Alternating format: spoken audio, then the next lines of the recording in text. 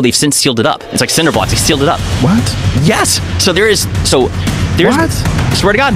But this is able to spin around its own center of mass. Here is that any civilization advanced enough to create a VR world that is a one-to-one replica to reality will inevitably make such a simulation of the entire universe. I don't know how what ground we're supposed to stand on. I'm here, and I'm...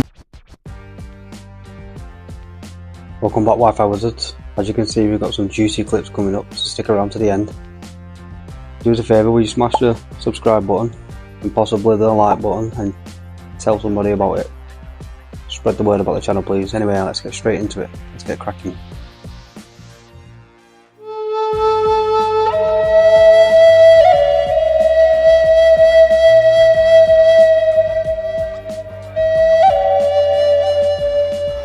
My name is John Bear Mitchell. I'm from Indian Island, Maine. I'm living in Old Town now. And I teach at the University of Maine. I teach Native American Studies, Wabanaki Studies, Multicultural Studies. As far as how the Passamaquoddy, or even all Maine tribes, Passamaquoddy or Penobscot, believe in Bigfoot is that he's real. He's a person who exists. He is a person. He's out there walking around, having a family, doing his hunting and gathering to survive. But at the same time, he really exists not only in the physical but in the spiritual as well. He walks between the two worlds, so to speak. He's very much part of our stories, part of our history. We coexist. And since we've grown into more of a European society nowadays, we separate ourselves from nature by putting ourselves in these boxes we call houses. So we lose communication with him, but he was always one that was there, that was respected.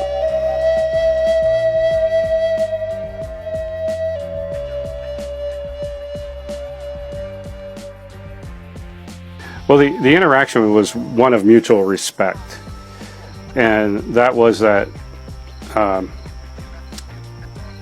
this person, these whether it's male or female, what people refer to today as Bigfoot, needed his space and we needed ours. And as long as we had that mutual respect, we were good. That didn't mean that there were not interactions, accidental interactions, but there were interactions. But there are so many stories and so many different sort of ideologies around him. Or I say him, I'm gonna probably do that quite a bit, is refer to this species as a male, but there's also a female gender. But there's quite a history of interactions, and a lot of our stories talk about how to respect those interactions in two different ways. And one of those ways is that, we don't make offerings to people that are alive. We make offerings to spiritual, otherworldly kind of entities, like spirits, or some people call them ghosts or angels, whatever they call them. We call them spirits, the ones that are on the other side. And so we never really did an offering to like have Bigfoot kind of like stay away from us or keep away, but instead what we would do is we would leave them food and leave them whatever it was we had, to not only food but other things to kind of keep that respect going, to keep us safe. We had other things that are out there in the woods,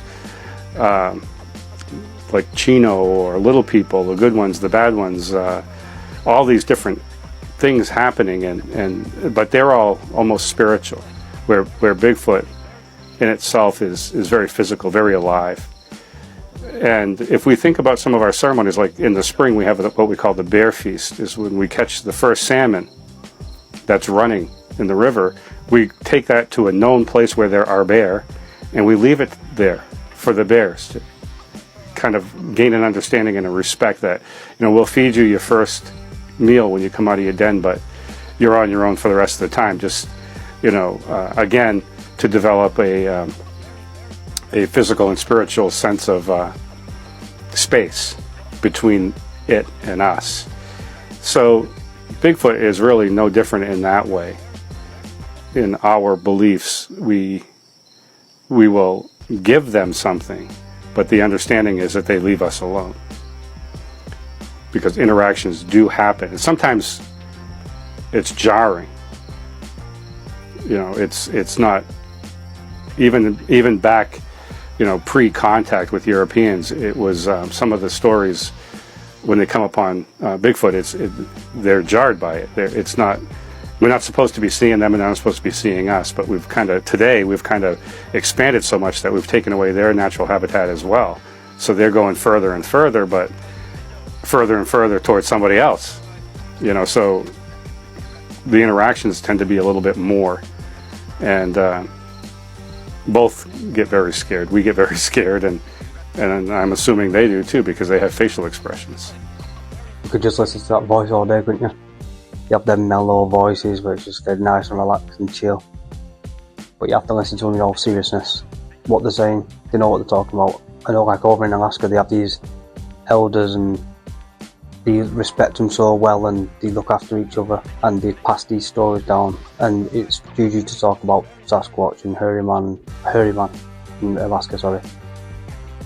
So they know what they're talking about. They're not doing it for fame or anything like that. So when the people do, like Fred Rowe, do come on, as I've mentioned many a time, and speak about it, then you have to listen up.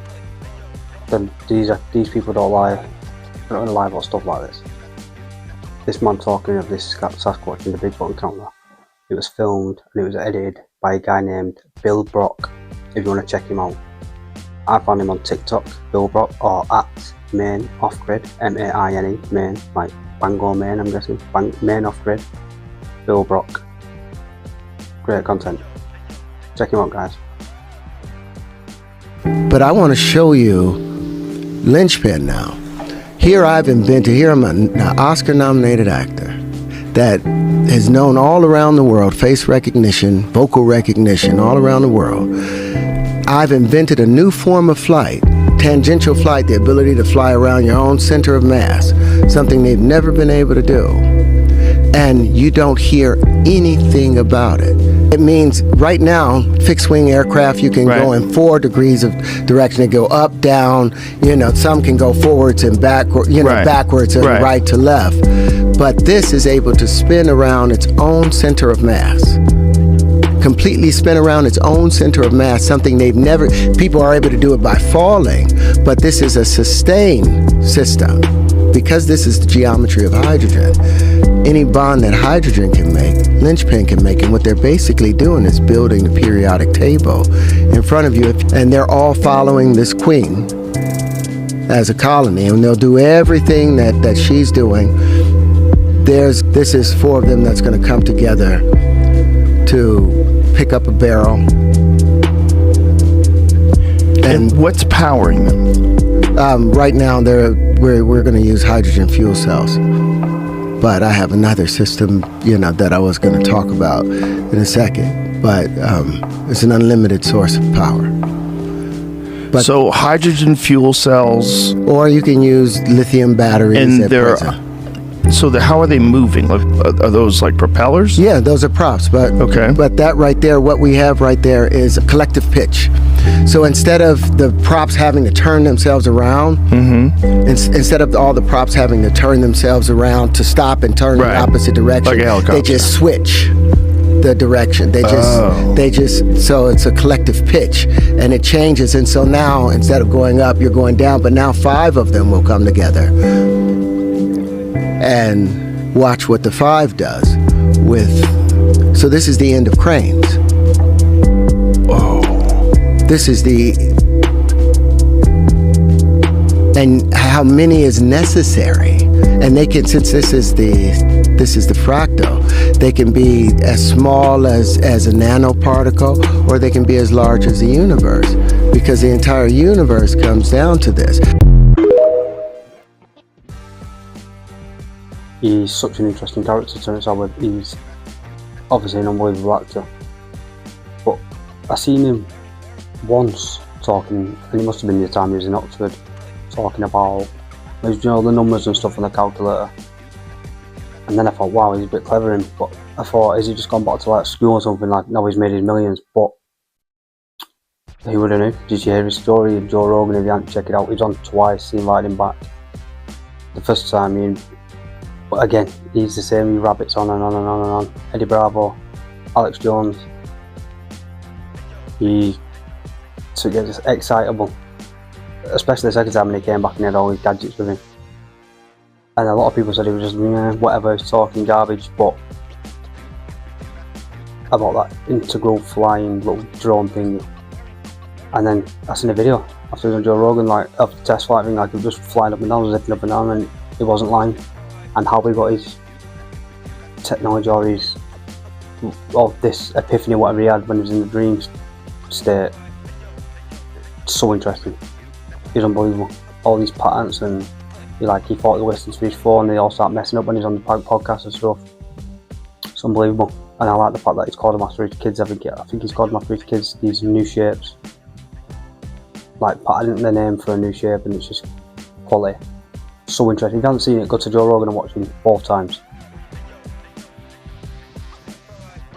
This video is not for you if you get scared easily.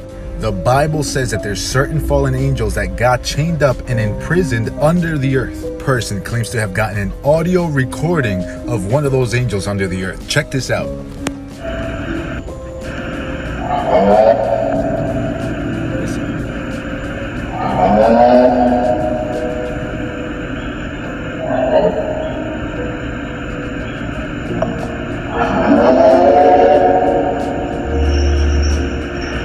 Y'all hear the chains?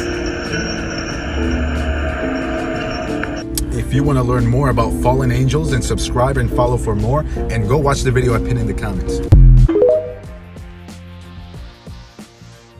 Just a quick one there. I thought it was a bit random. Anyone could have just literally put a sound on that. Point the camera to the floor and put a sound on it. But again, you just never know. For it anyway. But you just never know. I came across it, I found it interesting. So what? Sue me. Tell me how you think it went in there. You made your argument, they made theirs.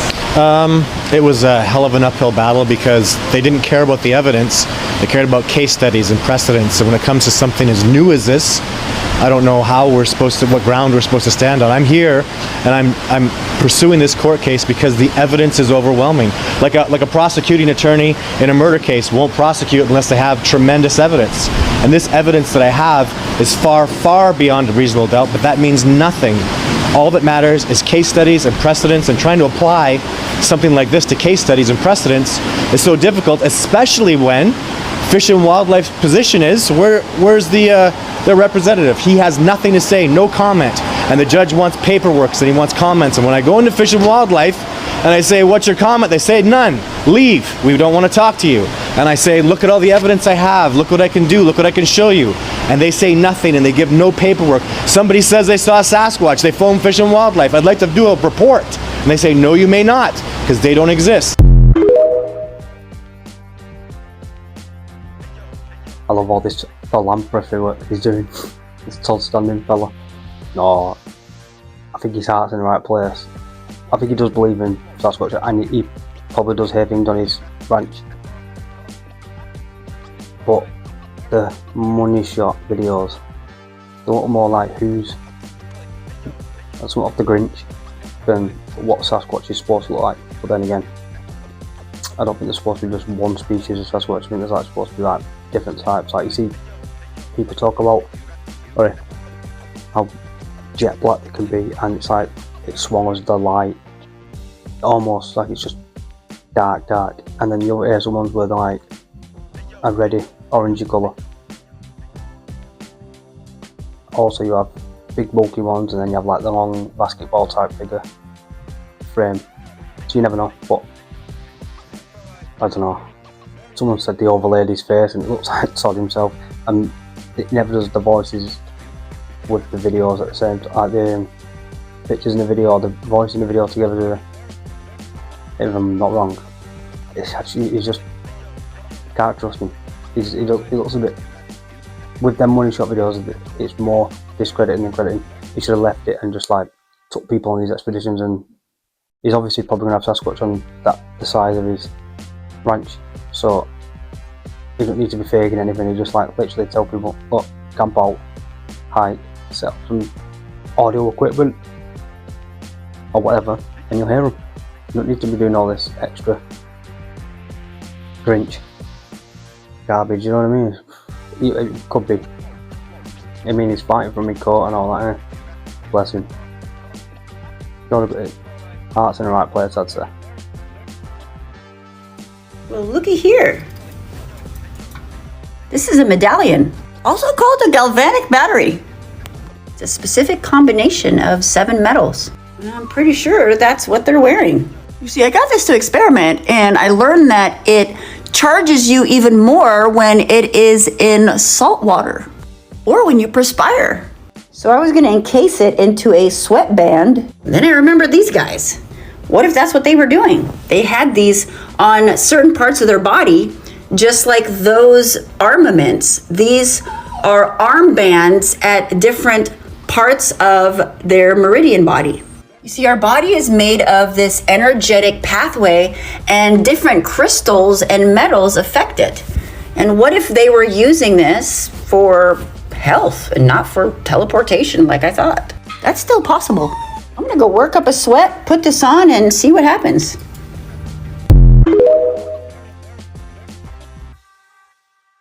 I found this interesting because I've only ever heard these as,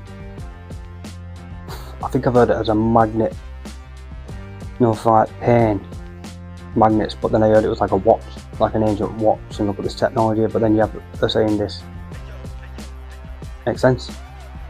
She has a lot of things, videos that make sense, it's Bianca. Yeah, I think she's actually got a good head on her shoulders. I think that she thinks differently than what everyone just goes with, and I like it. And she comes up with some like fascinating theories that are very plausible also. I think we'll be seeing a lot more Bianca on this channel. You know.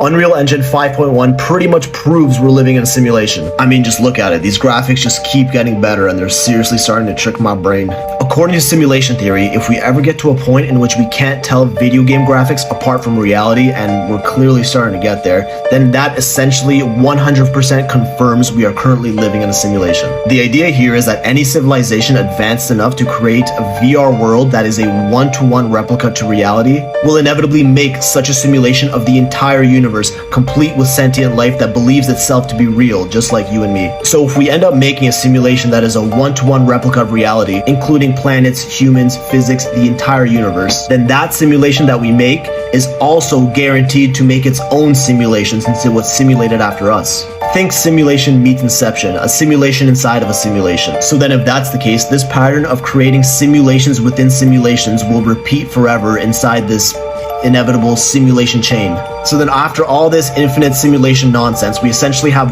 one base reality and an infinite amount of simulated realities. Which means the chances of this current reality we're living in is the base reality is 1 over infinity.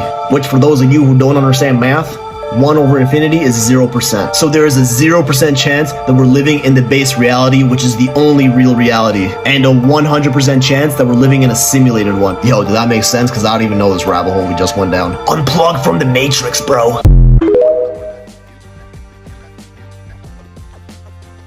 Again, above my pay grade, but I know what he's saying. He's got a hell of a way of saying things, hasn't he? I couldn't do it. I couldn't speak the way he speaks because I just like, again, trip over my words. But I know what he's saying. If you look at computer graphics, how much have come along in 25 years, they've gone like this slowly, but it's night and day. So now it's just going up with AI and everything. So you can imagine where it's going to be 50 years and 100 years or wherever off in the future. But it could be a simulation. It could be anything. Because no one knows. It could be inside someone's gut.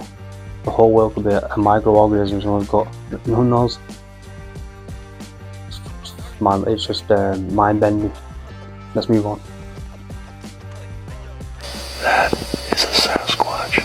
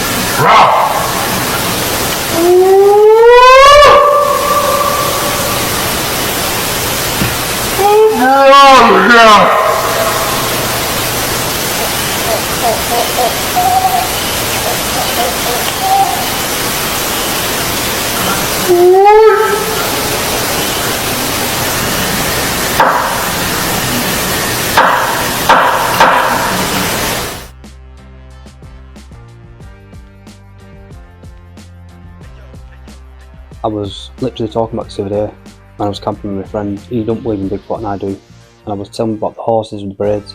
And how they've got them in like museums in America. They're dead tight braids and you can't get them out.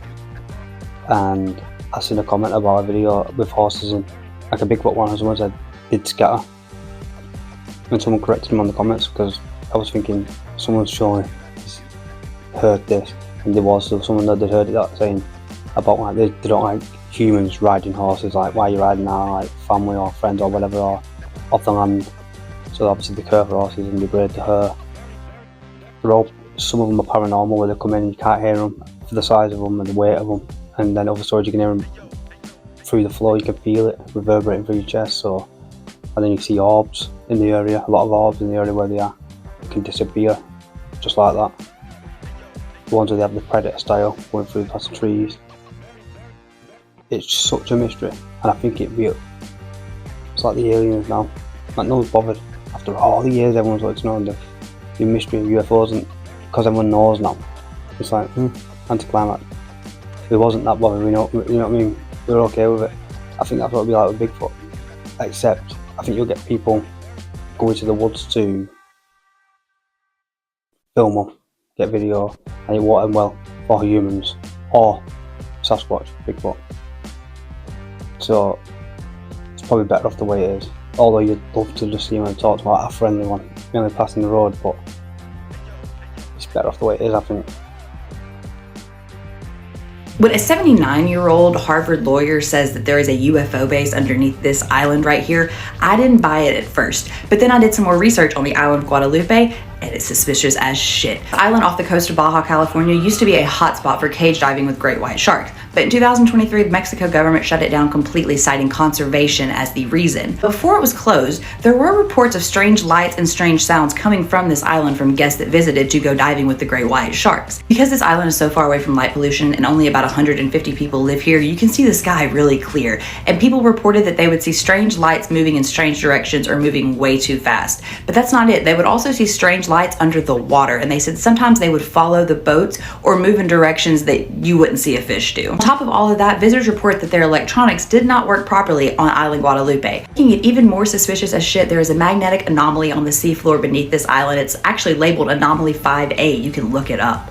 Scientists say that it's been there for at least 12 million years. I don't know how the fuck they know that. Not only do we have a Harvard lawyer saying that a UFO base is located underneath this island, we have a magnetic anomaly, we have visitors who are researchers and divers and fishermen and all that saying that they see strange lights above it and below it. And then on top of that, we've got electronics don't work on this island. Suspicious as shit. Anytime the government is stopping people from doing certain things, immediately the radars open at suspicions. There's obviously something going on. They've got this anomaly and all the things that happen around the island and the lights. I never even knew that. I thought people were still doing shark dives. I always hear about Guadalupe Islands and great white sharks. First I've heard about it, to be honest, but another check off the list. In the government, they're just shutting down everywhere, aren't they? We'll be able to Tesco soon. Crazy. Another one bites the dust. First Epstein Island, and now Guadalupe Island. Can't go anywhere anymore. Bill Gates did not invent anything.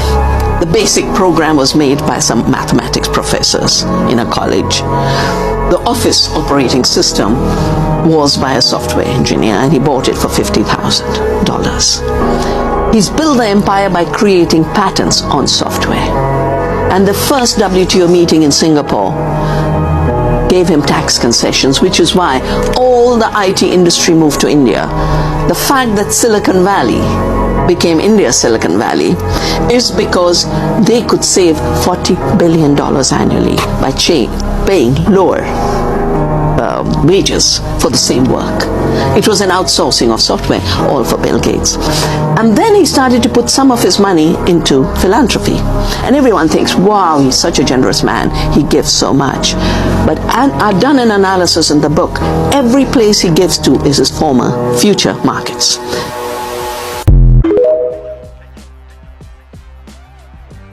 Exactly. They don't invent nothing. They don't do anything to get cleverer people to do things for them. He's a good businessman and a good front man and can speak well. I think that's about it. He's probably clever and he's probably got PhDs or whatever, but he's a little seedy character in it. 50 million to Kamala Harris for what? The list. It's about the list coming out. He's a creature, man. Bill Gates, man, buying up all this farmland and spraying these chemicals with peel and all that. Ew, he's a creature, man. He's a vermin little creature. Heebie-jeebies, man. Let's move on. There's a lot of stuff going on underwater, and a lot. And there's video of these things coming out of the sky into the water and also emerging from the water. Right. Yeah. So it's all so blurry, though. Well, I don't think it's that transmedium video. Yeah, I don't think some of it's that blurry. I think some of it's crystal clear. We just don't have access to it? Is that what you mean? Yeah. Just we haven't seen it? Correct. So they have some stuff. For sure. Okay, so if they're spiritual beings, which I believe they are, like, it's a binary. They're either, you're on team good or team bad. You can assign any name to it you want, but, like, what are these things? Are they good or bad? And I think some of them are bad. And if the U.S. government knows that, or elements, the people within the U.S. government know that, then they're serving a bad force. And when you say spiritual, like what makes you draw that conclusion that they're spiritual? What's the obvious? I mean, spiritual may be the wrong word. Supernatural. They're beyond nature as we understand it. I mean, obviously they are. I mean, just chart their physical behavior. It doesn't, it goes outside of what we understand about physics. No visible means of propulsion, coming at indescribable speed, hitting the ocean, continuing at speeds that are impossible.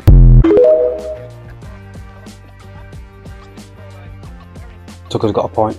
If they're either supernatural or both, and or very, very, very, very advanced. Obviously very advanced anyway, but at breakneck speeds going right angles, which I've actually seen in real life, by the way. There's entities, there's people inside that. It's just like stopping a dime, and it's just nothing. It's obviously just the way they're bending. So that you're staying still and like the things going past you rather than you stop. So it's like you're bending space around you, is what I'm getting. Do you know what I mean? Ball, bend the space and time around it, and then that just like kind of floats through, glides through. Like a slipstream. Look at me, I don't know what I'm talking about. But anyway, it's about 1 million G's, so no one's going to do that unless they've got supernatural powers or unbelievably advanced technology, which probably just that. Ignore me. This is the weird thing about Giza, my friend, is that there are things that have gone underground in Egypt that, for whatever reason, Joe, is just off limits to the public.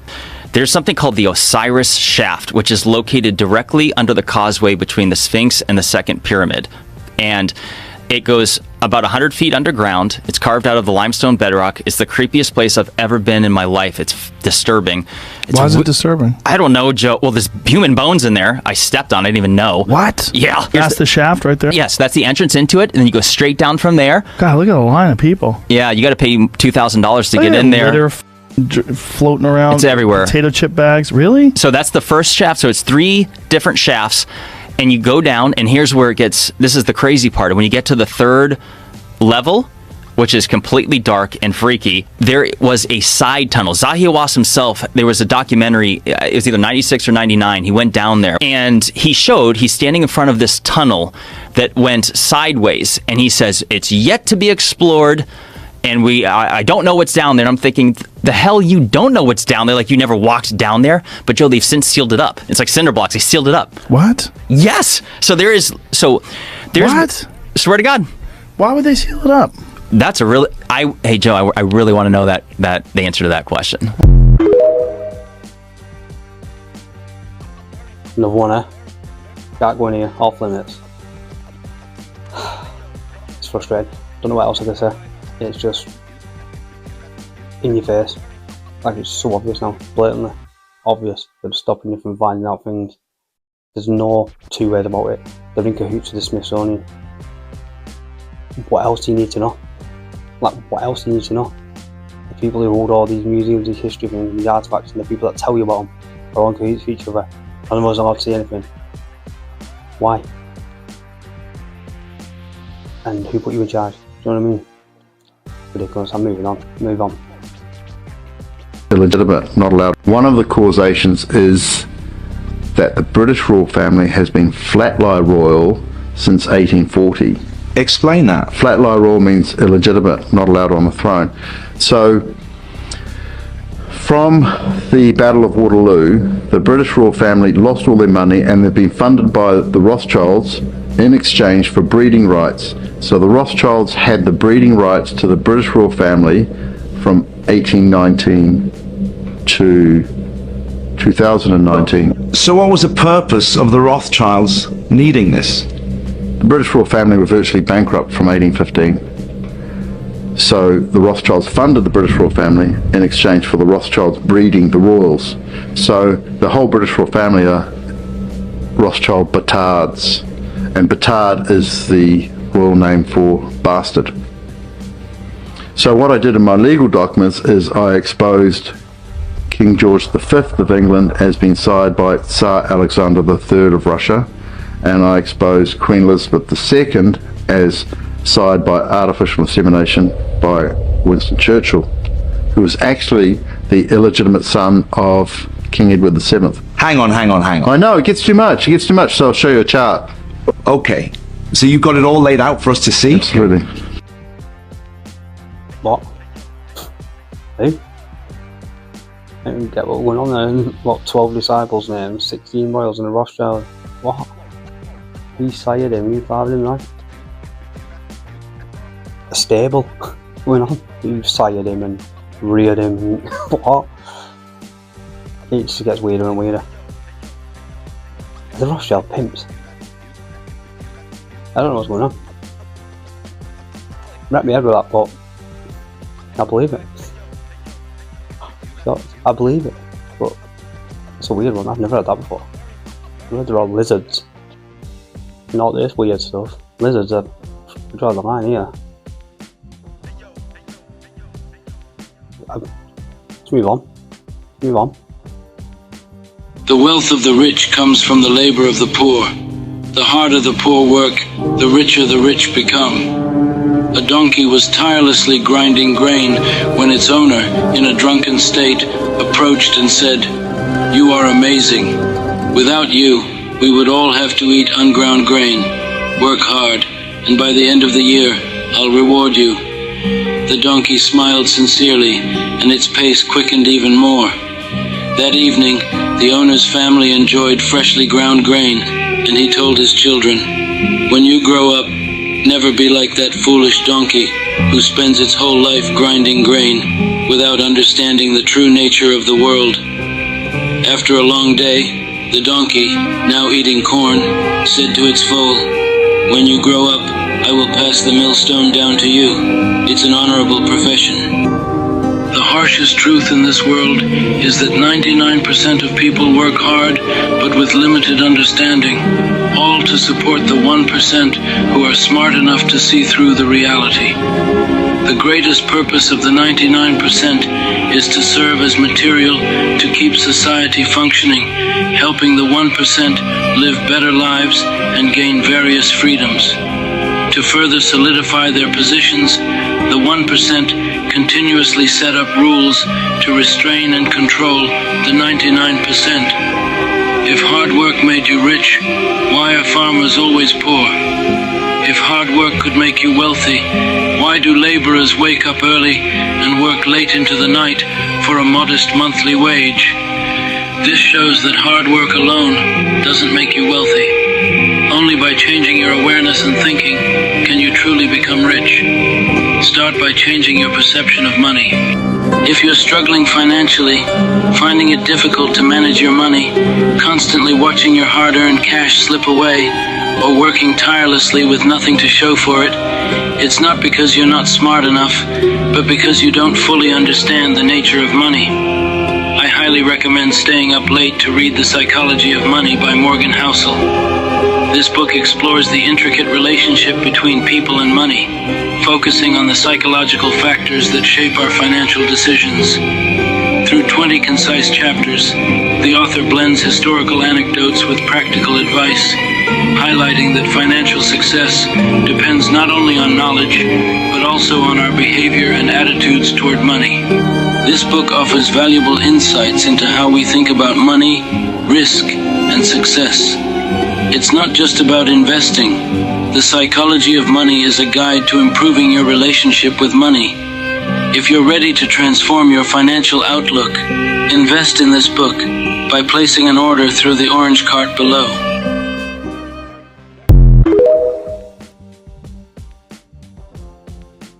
It's just sad but true, and it's not even funny.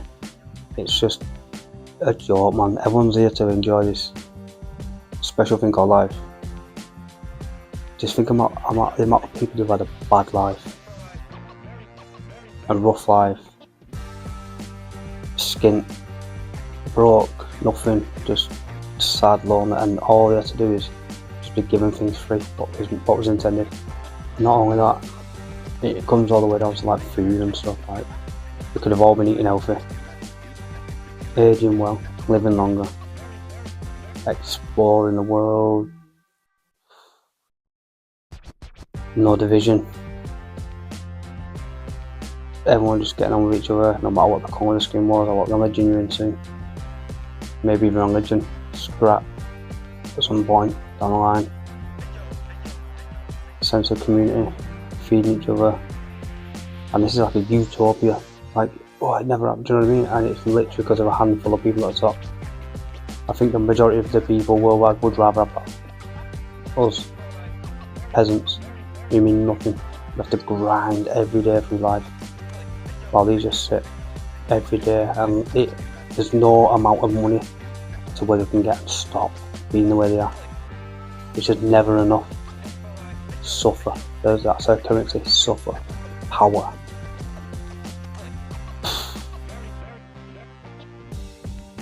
We move on. I may look ridiculous, but hear me out. Guess who's ready in case this place here goes to shit? Yes, you got that right. I am. And I would definitely love for this video to reach as many people as possible. But if it doesn't, oh, trust me, I totally get it. This face mask can save you from any gas threats, anything that involves the environment when it comes to breathing. Even your eyes could be affected if something like that happens in this country. Because, you know, there are rumors of war out there. And just like I have shown videos here of how to prepare in case of a national emergency, guys, please listen up. This ugly ass face mask can save your kid's life, for all I know. And for the haters, sweethearts, this is not to create panic. This is an awareness video, just like my previous videos, okay? I am getting ready. My family is getting ready. Are yours getting ready? Are you getting ready? Don't leave it for the last minutes and say, oh my God, nobody told me. Seriously, use your brains. God gives you a brain. Use it. This is anti-fog. It comes with extra filters, and you can also order extra filters because why not? And it's good to have it handy in case of an emergency. I added the link to this video in case you guys are interested in getting it. You guys can buy it from anywhere at this point. I don't care. Just please make sure that you are getting ready. If nothing happens, amen. Bless the Lord. But what if? It's always that question. What if? Are you ready in case of an emergency? These are the people that will be laughing in the very, very, very near future, I think. When we're all laughing now. Doomsday preppers, gas masks. Doomsday preppers was probably a bit premature because about 20 years ago, but they've done something, and the way things are going, it just seems like it's inevitable. The UK are getting tanked and army and everything to NATO, so much going on. Everyone's giving up in bunkers, everyone's getting like ham radios and stuff, something's going on. Just get prepped, and a 72 hour stock in your house. I've heard you're supposed to do that as well. UK warnings and stuff. This is the UK. The rest of the world as well, Europe especially. Just be prepared. Very, very, very near future. This isn't often the distant future. This is like probably this year. Beginning next year. Just get prepared in your family.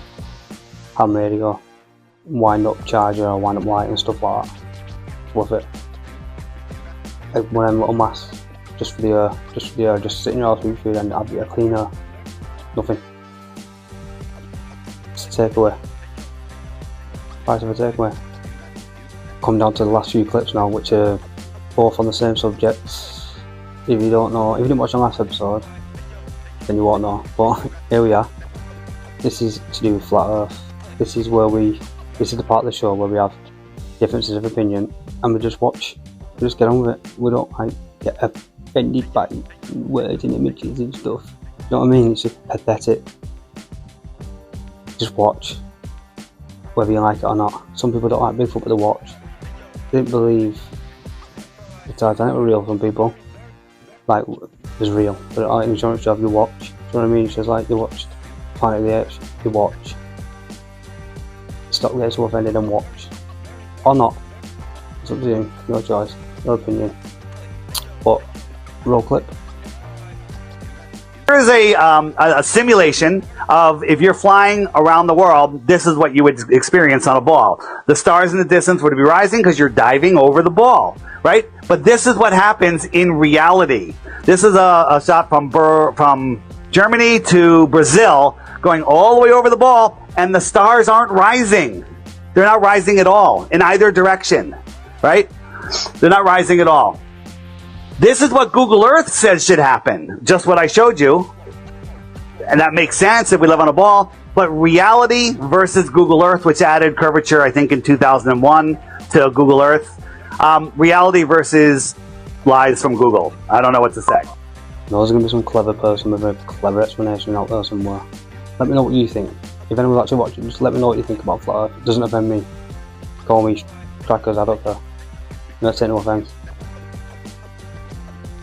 As stupid as it sounds, you'd be tipping your nose down a plane and stuff like that. You would. Plane sailing. Aeroplane. Look at the flight paths. The flight paths don't lie. Emergency landings. Just look into them. Look into the last video I said about the astronauts with snorkels. What? You know what I mean? Or don't. Just keep doing this. Walking around. I'm going to play the last clip of the day now. If you're still here.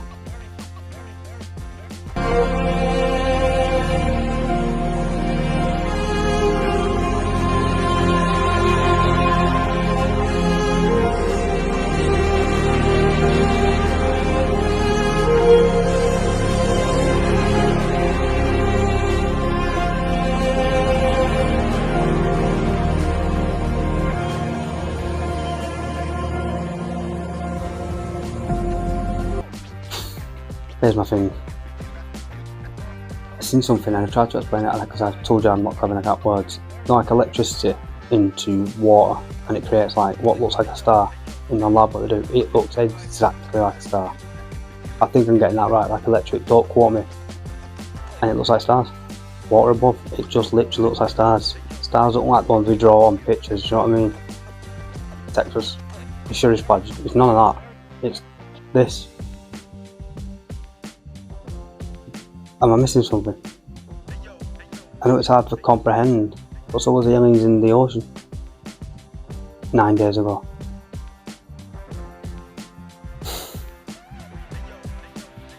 Please pass this, tell someone about this channel, or say, flat earther. Turn off at this point. Watch all the rest of your stuff, like and sub it, but just turn off at this point. I'll go and argue with someone about it. Whichever tickles you fancy. Please hit the sub button, like button, pass it on to a friend, and your love will never end. That's all we've got for you for today. I'll see you on the next one. Thanks. Ciao, ciao.